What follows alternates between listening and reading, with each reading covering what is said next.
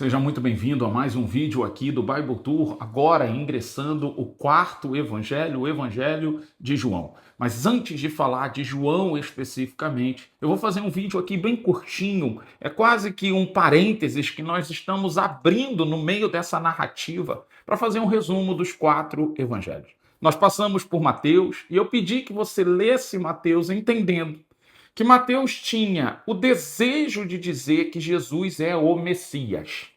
Jesus é o Messias que foi prometido no Antigo Testamento, que estava presente e que os judeus não estavam reconhecendo. Então nós vimos que Mateus começa falando da genealogia de Jesus a partir de Abraão, para mostrar para o judeu que ele é uma promessa que estava sendo cumprida e que o judeu não estava reconhecendo. Nós vimos que Mateus cita recorrentemente o Antigo Testamento para poder mostrar para os judeus que o que ele está falando eles conhecem com propriedade, porque eles já tinham lido os profetas, o Antigo Testamento. Então, a imagem que está aí na sua tela deixa isso bem claro. Mateus, Jesus é o Messias. Ele está mostrando para os judeus que a promessa estava com eles e eles não a reconheceram. Quando eu pego Marcos, um evangelhozinho menor, na verdade o primeiro evangelho escrito na ordem da Bíblia, o Mateus vem antes, mas na verdade o Marcos foi escrito primeiro. É um evangelhozinho menor.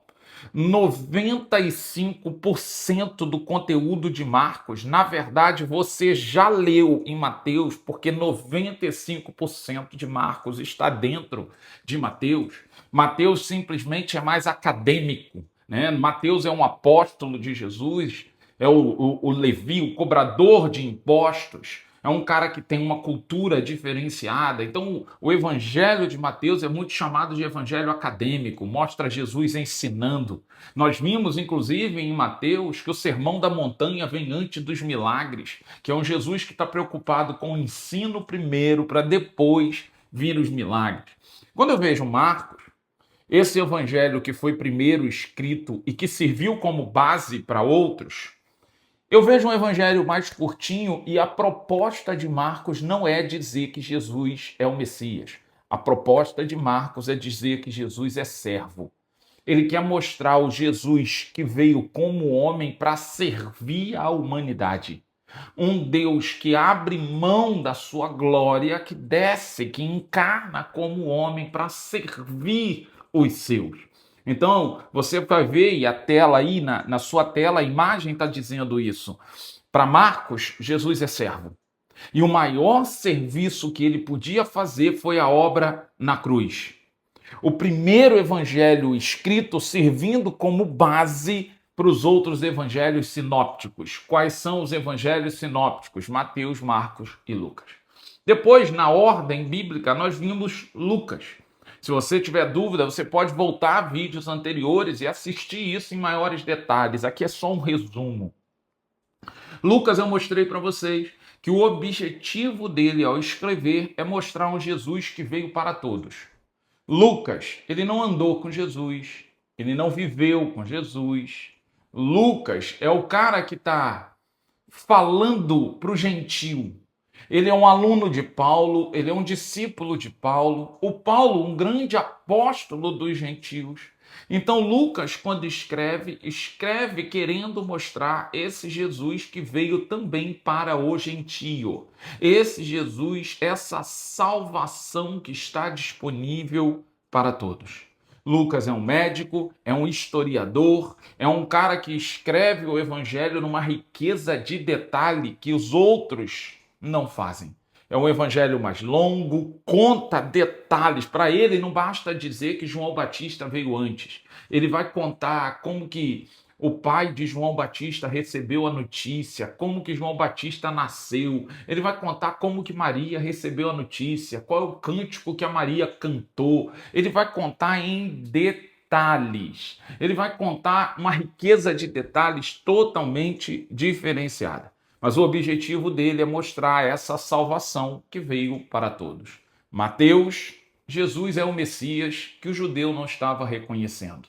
Marcos, Jesus é servo. É o Deus que veio como homem para servir. Lucas, Jesus é a expressão da salvação para todos. Agora, nos próximos vídeos, a gente vai ver João. Quem é o João? João não é um evangelho sinóptico. João é um evangelho inédito. Nós dizemos que é o quarto evangelho, o último evangelho, provavelmente escrito entre 85 e 95. Bem depois, se Jesus morreu entre 33 e 34, observa que o evangelho de João está sendo escrito bem depois.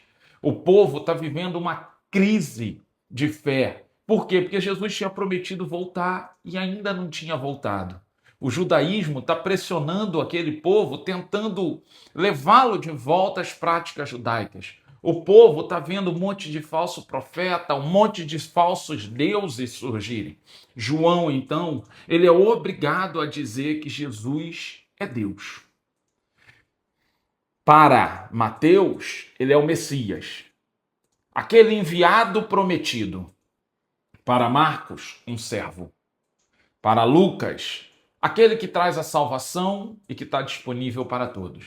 Mas João precisa mostrar que Jesus é Deus, e é por isso que ele começa no capítulo 1, verso 1 e 2, deixando claro que ele era o Verbo, que o Verbo estava com Deus e que o Verbo foi encarnado. O Verbo tabernaculou entre nós. Ele quer mostrar o seguinte: Jesus não é só alguém que foi enviado, Jesus é alguém que sempre esteve. Então, o Evangelho de João, nós vamos ver João deixando claro que Jesus é Deus, é a revelação de Deus, é o Deus que nós podemos ver. É importante entender isso, porque quando nós formos ler o Antigo Testamento, nós vamos ver, por exemplo, Adão andando com Deus, sabe? Nós vamos ver pessoas dizendo, e viu Deus. Que Deus? No Antigo Testamento, a Bíblia deixa claro que ninguém pode ver Deus.